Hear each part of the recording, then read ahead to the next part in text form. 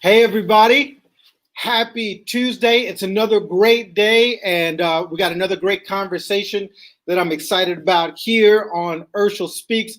I hope everything's been working out well for you. As always, so many things going on in our world, so many things happening around us, but none of that compares to what's happening on the inside of us and the things that we're making happen. And so, um, again, I'm excited to be able to spend a little time. I really appreciate you taking the time to join in the conversation, whether you're watching on Facebook Live or if you're watching on KVGI or on YouTube Live.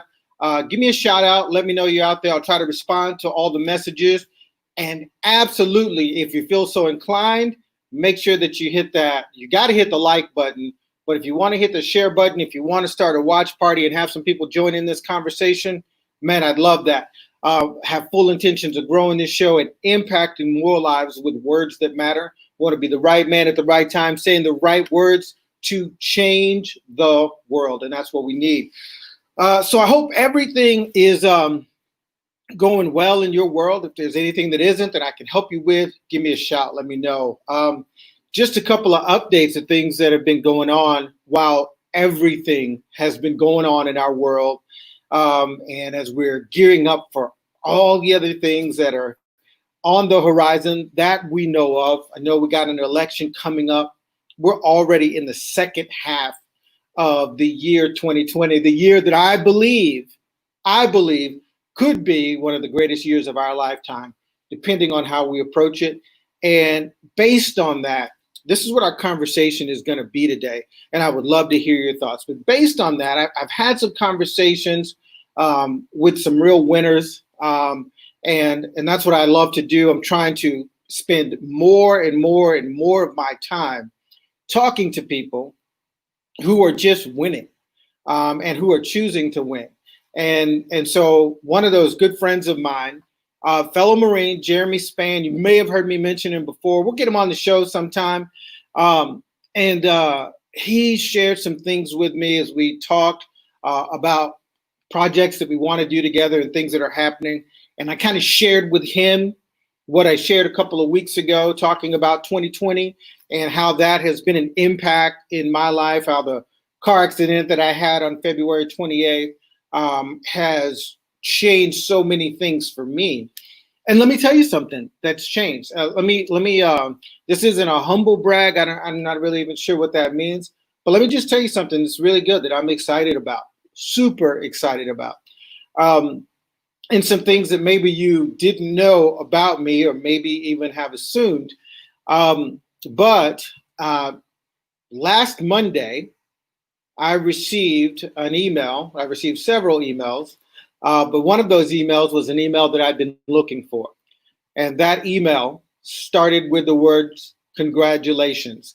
And I was really excited. It was one of the few times that I can think of, that I can remember, that I was applying for something, applying to be a part of something that I really didn't feel like I had the advantage. I was in the higher percentage of the people applying for it, or that I necessarily, that it was kind of a lock, or there had to be some crazy reasons why I didn't get it.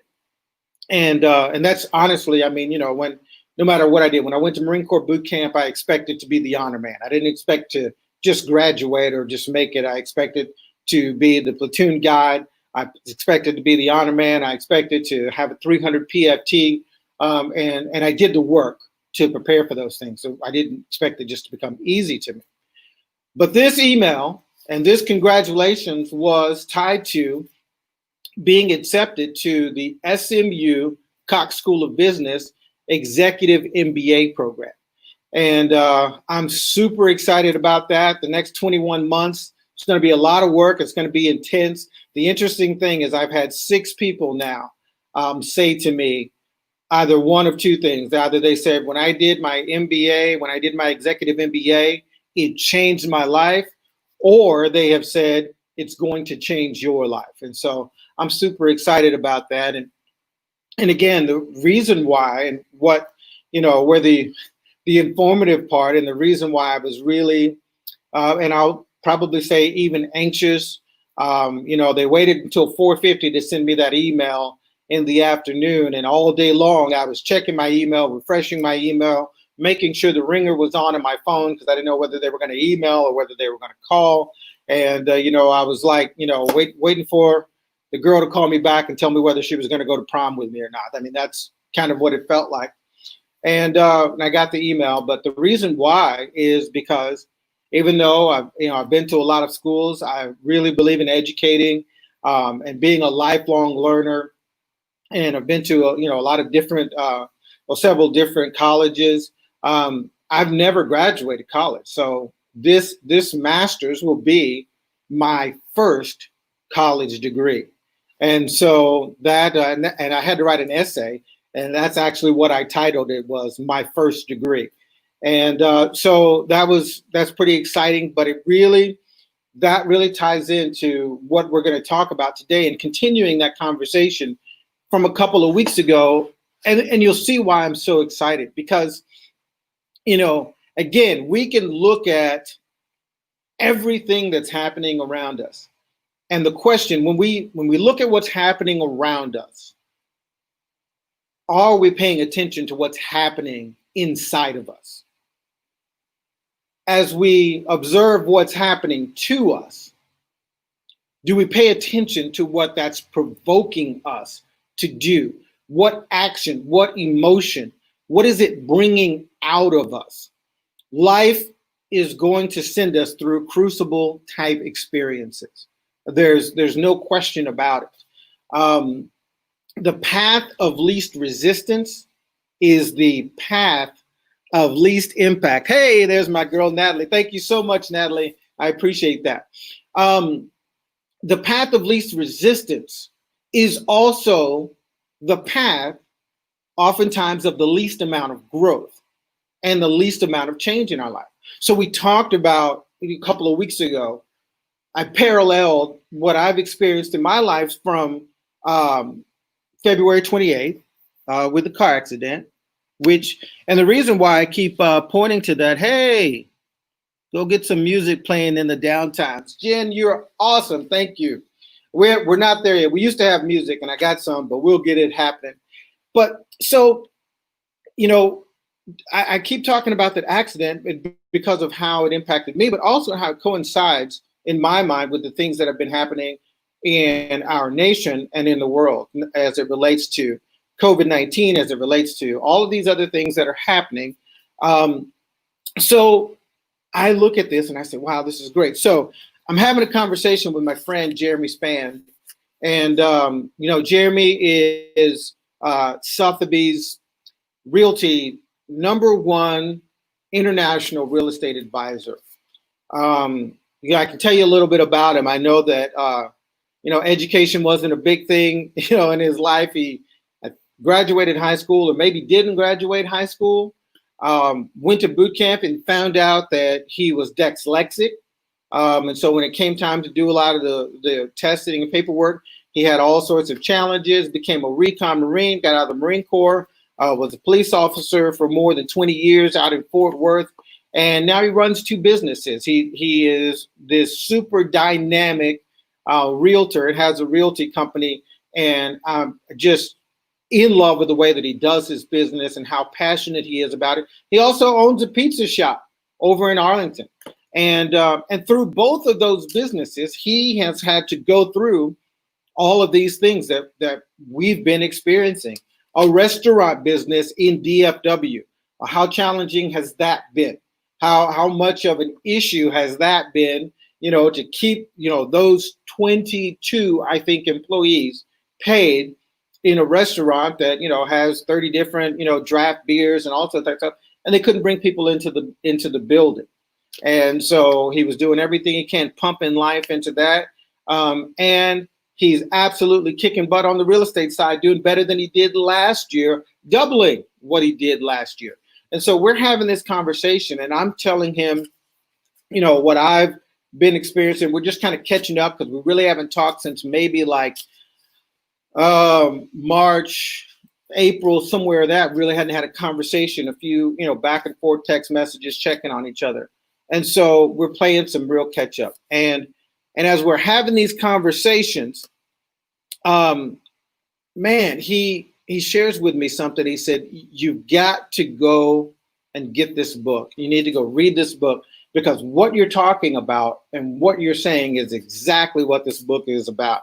And as he was describing the book, by the time he finished describing the book, I had already ordered 2 copies on Amazon to be delivered before 9 p.m. in my house. And because, one of the things that I've been doing, and one of the things that has really shifted with some of the things that we're going to talk about and some of the tools that I'll share with you, is that the time to take action is now.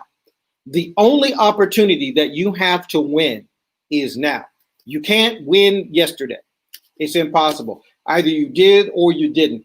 Either you were effective in the things that you did yesterday, and by effective, I mean every task, everything that you set out to do, either it was effective or ineffective, right? Either you accomplished what you needed to accomplish or you didn't. But that was yesterday, and there's nothing you can do about that.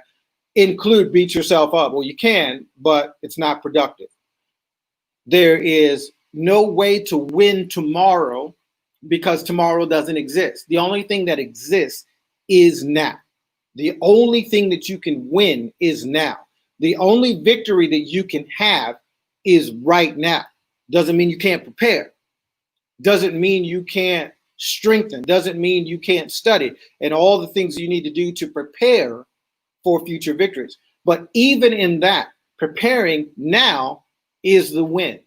Preparing now is the opportunity that you have to be effective for the potential to win later. So anyway, so he starts telling me about this book and telling me about, and the guy lives in Austin. So that's way too close for us not to be able to have a conversation with him one day. So we'll either get him on here, or I'll go to Austin. We'll connect with him. But his name is Ryan Holiday. And here's the book. I'll bring it a little bit closer. It's called The Obstacle is the Way, right? Great book. He said, you got to get this book. You got to read this book. And as soon as you read it, give me a call and let's talk about it. And he's like, I want to hear what your thoughts are and hear you break down the book. So before I do that with him, I'm going to do that with you. And this is part of what I want to discuss today. We'll probably talk for a shorter amount of time. I think we're going to maybe condense our conversations weekly from, going a full hour to maybe 45 minutes or something like that. But we'll see how it goes. But I really want to talk to you about this. And I'll tell you right now, just get the book. I bought 2 copies. I bought one for me and one to give away, because when my friend told me the impact and he said that he's given away so many copies, as a matter of fact, I say I bought 2 copies, but I also borrowed it from the library on my little app that I have called Libby that allows me to borrow digital books from the library. So I have it on my iPad. I have this copy and I have a copy that I got, and I gave it away the day that I got it. And so I love this book. It has some great things in it. But let me tell you something about this book. So I talked with Jeremy on Saturday. I ordered the book on Saturday while I was on the phone with him. It came Saturday before 9 p.m. I kind of checked it out, looked at it. I started reading the book Sunday afternoon. I finished the book. And it's not War and Peace, right? It's not, 5,000 pages. I mean, there's a lot of classic novels up here behind me that, much more intensive reading than this. But it's still, I don't know, 200, 250 pages or something like that. I started the book on Sunday. Today's Tuesday. And as of yesterday, all but like 20 pages I had finished, and I finished those this morning after my meditation, which we'll talk about that a little bit too. And the reason why I'm telling you that is because as a result, you remember me saying all the things that I've been doing to improve myself as a result of getting my head knocked around a little bit in that car accident. And as a result of, dealing with some trauma that I wasn't really expecting, as a result of some old things bubbling up, I started doing a lot of brain training. And as a result of doing the brain training, I came across someone, and if you're curious about it, I'll put it in the comments, or I'll give you a link to it. But I started doing some brain training, and as a part of the brain training that I found that I really liked, there was also some very specific training on reading, speed reading, and comprehension. And so I started doing that. And so since that, I probably started that, see, we're in July, so it's probably been a month. Actually, a little bit less than a month since I started actually walking through the step-by-step, day-by-day training of really activating and getting left and right hemisphere to work together in both reading and retention, and really capturing things and being able to use the brain in a more effective way, in a limitless way. There's a cue to what I'm talking about, and really tapping into the strength of what we can do with our brain when we focus on it. This is one of the tremendous, tremendous benefits that I have experienced as a result of what happened, the obstacle, the challenge of not being able to. Now, well, let me back up, because I don't know if I ever shared this with you. So I go see a couple of doctors, chiropractic work, rehab, all of that sort of thing. One of the doctors that I was seeing 3 times a week was just outside of downtown Plano. And after I had been going there for several weeks to, get my muscles and my back and my hips and everything worked on, one day I drove over there. And as I drove over there, near downtown Plano, again, I graduated high school in Richardson. I've been living in Plano since 2009, since I returned home. And so this is an area I'm very familiar with. And I drove over to where the chiropractic office is. And for 15 to 20 minutes, within about a mile and a half radius, I drove around and around and around trying to find the chiropractor's office. Now, I was there. I was at the chiropractor's office. I was on the street where the chiropractor's office is. But I couldn't, for whatever reason, I couldn't get my brain to say, this is where I need to turn in to go park to go into the chiropractor's office. So I kept driving around and around like I was lost, because I couldn't make that connection. And so that's what was going on. And that's what started me on this path of saying, I've got to do some neuroplasticity training. I've got to start working, and not just expecting things to come back. I've got to start working to make things get back to the way they were. I was so upset. I got in the doctor's office, eventually got into the office, and I was super emotional. I was upset. I was angry. I just wanted to go back home. I couldn't believe that I was experiencing, this type of what felt like me being stupid, because I couldn't actually just turn into the parking lot. And I started wondering, what should I even be driving a car? They were like, make sure you use a GPS everywhere you go, use your Waze or whatever, to help yourself out. And you need to do some work. So as a result, at that time, when I started this course, I was reading somewhere around, and maybe I'll even post the sheet, the log that I've been keeping track of. But I was reading somewhere around 250, 300 words a minute. And so I started doing this course, and I finished this part of it. And right now, on average, in this amount of time, on average, I read probably 650, close to 700 words a minute with comprehension. And that's because every single day I've been putting in work. Well, none of that happens without a challenge. None of that happens for me in this situation. Now, the book, the course, everything existed out there. And, I see this stuff all the time. You see it all the time. There's all types of things, all types of advertisements being thrown at us about how we can do this, how we can become Superman, how we can become Superwoman, how we can lose weight, how we can gain muscle, how we can, find the fountain youth. All of that stuff is out there. And, we say, typically about that. Does it work? Well, nothing works. You have to work. You have to put in the effort. But as a result of this challenge, this is the result. And so now, in the last month, this is the 10th book that I've read.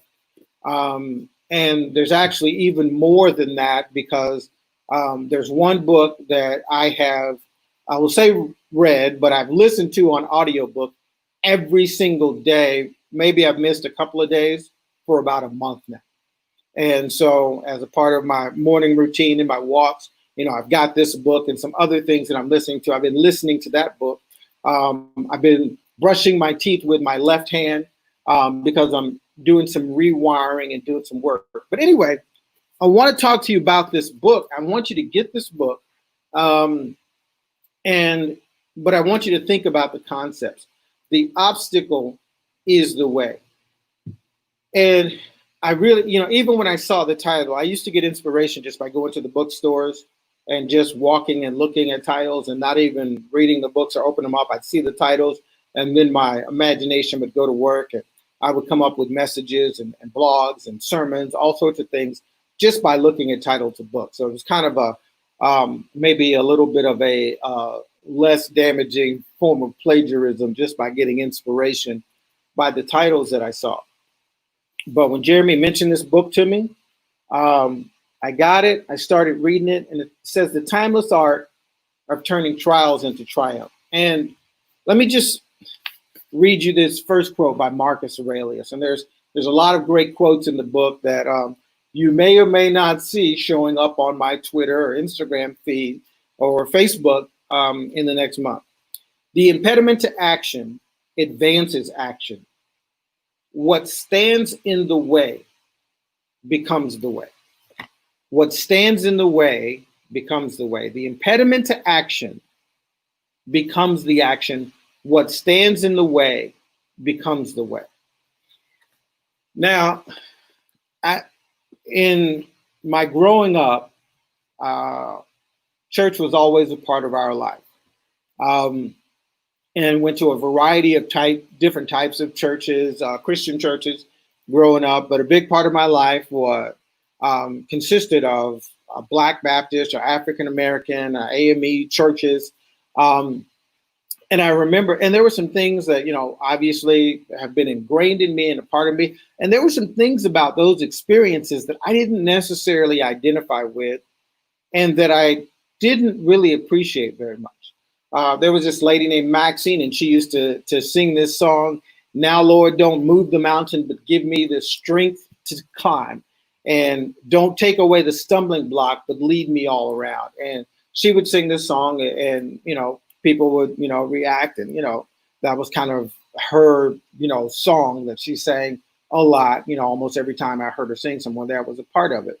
And songs like "Trouble Don't Last Always," and, and then old, spirituals like "I'm Coming Up the Rough Side of the Mountain."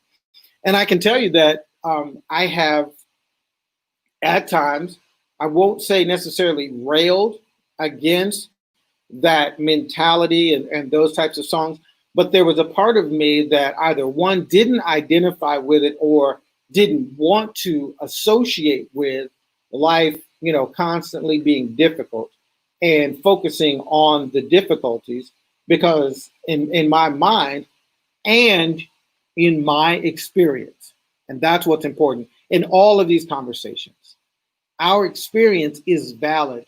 But remember the delusion of consciousness, right? So what we see, we believe that that's all there is. What we experience, we believe is the experience, not just our experience. If we don't pay attention and give the same amount of value, the same amount of acknowledgement to the experience of other people, right? So we get into this thing where what we see is all there is, right? And we can't see what we don't see.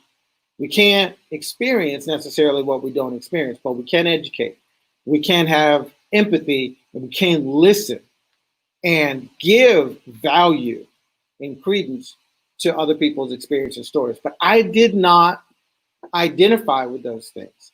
I didn't want to identify with this constant singing, talking, preaching about hardships and challenges and difficulty. And I remember having this conversation. I was a young Marine. I was home on leave, and I remember having this conversation with my grandfather and saying, I just, I'm not singing the songs that that we grew up hearing and singing, because that hasn't been my experience. That hasn't been my life. My grandfather was a sharecropper in Louisiana. He, worked harder in any probably 1 year of his life than I probably have in any 10 years cumulative of my life. His road, his journey was much more difficult just to survive, right? And 2 generations later, he and my grandmother had 7 children. My father is the youngest of five children. 2 generations later, my life was a whole lot different than my grandparents' lives. And because of what he'd accomplished, because of the careers and the lives that my parents had, I didn't grow up struggling in the ways that they had struggled. And so I didn't believe, that my life was going to be full of mountains and challenges and all of those things. And I actually thought that by constantly talking about that's what you're attracting, and that there may be some truth to that, but it doesn't change the fact that every single one of us is going to face obstacles. And what the point that I really want to get to is that we should be excited when we see, especially in times where life is a little bit ambiguous and confusing, especially in times where we don't really know which direction to go, or we don't know what's next, or maybe we've kind of disconnected from whatever our 5-year plan was or whatever, or we're just kind of wondering. After I read this book and I looked at the things that I've been experiencing, my attitude now is, when I see the obstacle, when I see the challenge, I should get excited, because what that's actually doing is clarifying the path that I need to go. Again, there is no growth necessarily in the path of least resistance. If you just flow where everything takes you, if you just flow easily through everything, then what growth do you get out of that? I remember being a little kid living in Marble Falls, Texas, and there was something really cool, a place that I really used to like to go besides the library, and it was a t-shirt shop. There was one t-shirt shop in Marble Falls, Texas back in the 70s when I was a kid, and I used to love going to the t-shirt shop because they had all the t-shirts, and that's where we would go to, pick out our baseball shirts or, whatever. But we would go there, and you could get the stickers, and they would, whatever you wanted on your shirt, they would put that on your shirt, put it on the front or the back, or you could buy, the shirts that they already had. And interestingly enough, I was attracted to and bought this shirt, was allowed to buy this shirt that said, "When you're number one, why try harder?" And I bought that shirt, and I thought it was kind of cool because, I considered myself number one. I was faster, I was smart, I was this, I was that. And so I thought it was kind of a cool little thing. I was a little kid. And this lady came up to me in the store. I'm wearing this shirt. And she was one of those ladies that I think most places have this lady or someone that has the same job as this lady. And their job is to answer questions you're not asking, or to tell you what's wrong with whatever you're saying or doing or whatever. And so this lady that I didn't know came up to me, and she read my shirt, and she said, "Well, you know why you should try harder? Because if you don't, eventually someone else is going to try harder, and you're not going to be number one anymore." And I was like, thank you, old lady, for your unsolicited advice. I'll keep that under advisement. And I tell you what, I never forgot about it. Obviously, because I'm 50 years old and I'm telling you the story today, but it's something that we know. Hard work, consistent hard work will ultimately beat talent every single time. It will beat someone who is just talented, but not willing to put the work in. There's a place in New York called Rutgers, and there's a basketball tournament that goes on there every year. And you'll see professional NBA players out there playing with guys that you and I have never heard of. And these guys have the same physical ability. They have the same basketball IQ. Some of them are better than a lot of players in the NBA, but they'll never be in the NBA. They never played Division I college. They have played street ball or rec ball or some other form of basketball all their lives, and they can go to work, with some of the best players in the NBA. But there's a difference. They can do that on the court. They have the ability. They have the skill. They have the natural talent. But there's a difference between what it's taken for some of these players to get into the NBA and some of the things that they've had to go through and the discipline that they've had to have, not just to be a good player, but to be a team player, to understand the game, to understand how to get the best out of the people, all the things that it takes to be the Michael Jordans and the LeBron Jameses. And so as we look at this, getting back to this book, The Obstacle is the Way, and recognizing that when there is an obstacle, when there's a challenge that is in front of you, and we all want to do it sometimes. We all at times want to find the way around or to find the way out, or even descend into the pity party that says, why me, or why should I have to go through this? I mean, I really, really, really did not feel like I deserved for that woman in that big truck to come and smash into me and spin my car around and then derail, my life as it were, and cause all these other things to happen. And, having procedures on my back and, all of this stuff. But again, I've lost over 20 pounds. I've read close to a dozen books in a month. So many things. And not even that, the relationships, the connections, the affiliations, all sorts of things are happening that some of them may or may not have happened if I hadn't been on that path. But the coincidence of all these things happening, along with all the other things that have been as a result of what I experienced, seems very, very providential. And so when we look at this, the obstacle is a way. And I just kind of want to do a little bit of a review as it comes to this. As my mother-in-law just said good morning. So mother-in-law, if you're watching, good morning. I love you. Thank you for being wonderful. If I woke up one day and I had another mother-in-law, I would go and hit her over the head with a club and drag her out in the woods and come find you. All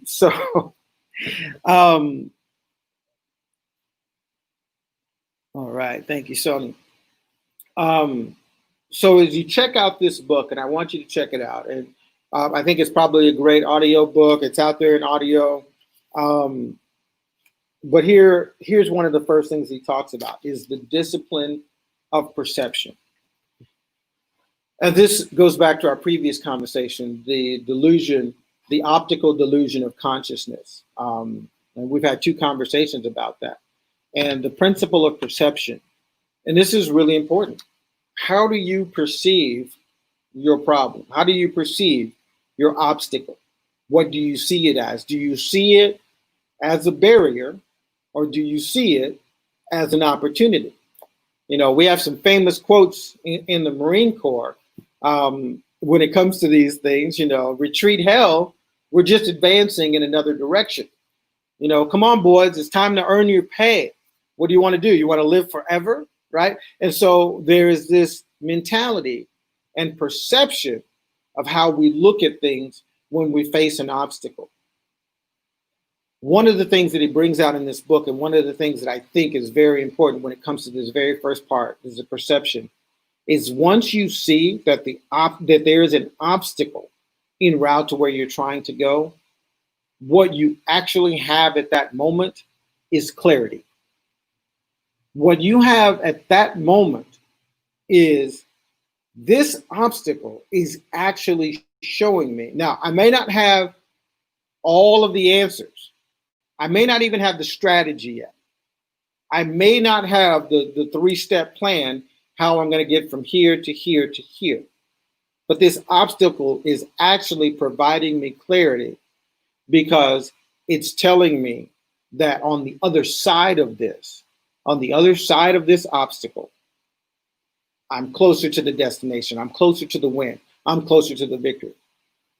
I used to love to run the obstacle course. I absolutely, maybe I'll find some old pictures that I have of me climbing up the rope. I remember one time I was climbing the rope. It was called a combat endurance run. You had to run 5 miles and then do the obstacle course twice, and you had to pack on and all that type of stuff. And I loved it so much, and I had so much fun doing it. There was a reporter that was there, and I was out in front of the other people in the competition, and I was climbing the rope and spelling my name to her, yelling down, spelling my name to make sure that she got it right in the base paper, and she still misspelled it. I still ended up Herschel instead of Urshel when it came to the article, but that was okay. But I used to love the obstacle course, not just because I was faster, agile, or light, and all of these other things, but I looked at every obstacle on the obstacle course, and the only thing that I was thinking is how fluid, how quickly can I negotiate every single obstacle to almost not break stride. So like when you see hurdlers, when you see people like Edwin Moses, who, when I was growing up was one of the greatest Olympians and track athletes, and you see these guys and the ladies that run the hurdles, and you see them in that hurdles there, and the thing is like, this high, and they're running, and the best ones, it's like they don't break stride, but they also don't waste any motion. So if the hurdle's this high, they don't jump this high to go over the hurdle because they're losing time. The hurdle is this high. They clear that hurdle as low as they can to keep the maximum amount of speed going forward. They look at that obstacle and actually that push for that jump is actually propelling them forward even a little bit faster, even though they have to elevate a little bit. And so if we start to look at the obstacles, the way that, when I saw, the wall or the logs or all of those things, I was thinking, what is the fastest way for me to engage that obstacle, get over that obstacle without any wasted motion? Now, what would be really ineffective is to get to every obstacle, look at the obstacle and say, wow, this is a really big log. This log is, very painful if I run into it. If I keep going at this log, then, blah, blah, blah, blah. And now this wall is really high and there's splinters in that wall. If we start looking at every obstacle that way, then guess what? We're going to have not only, or we're probably not going to complete the obstacle, but we're wasting time, we're wasting energy. And what we need to see is that obstacle in the same way that we see electricity. When electricity is in the wall, it's not doing anything. It's not until there's some resistance added to it that current flows and creates voltage and turns on these lights and does all the things that we need electricity to do. The resistance, the obstacle, is actually what puts out the force that brings about takes the potential from the wall and puts it into work and puts it into energy. I want to talk about this. We'll break this down and talk about it a little bit more, but I want you to go check out this book, The Obstacle is the Way. I want you to look at the things that are in front of you, the things that you're facing, the things that are going on in your life. And shoot me a message. Let's talk about it. Do whatever, but don't let the obstacles slow you down. Don't let them frustrate you. Don't let them make you afraid.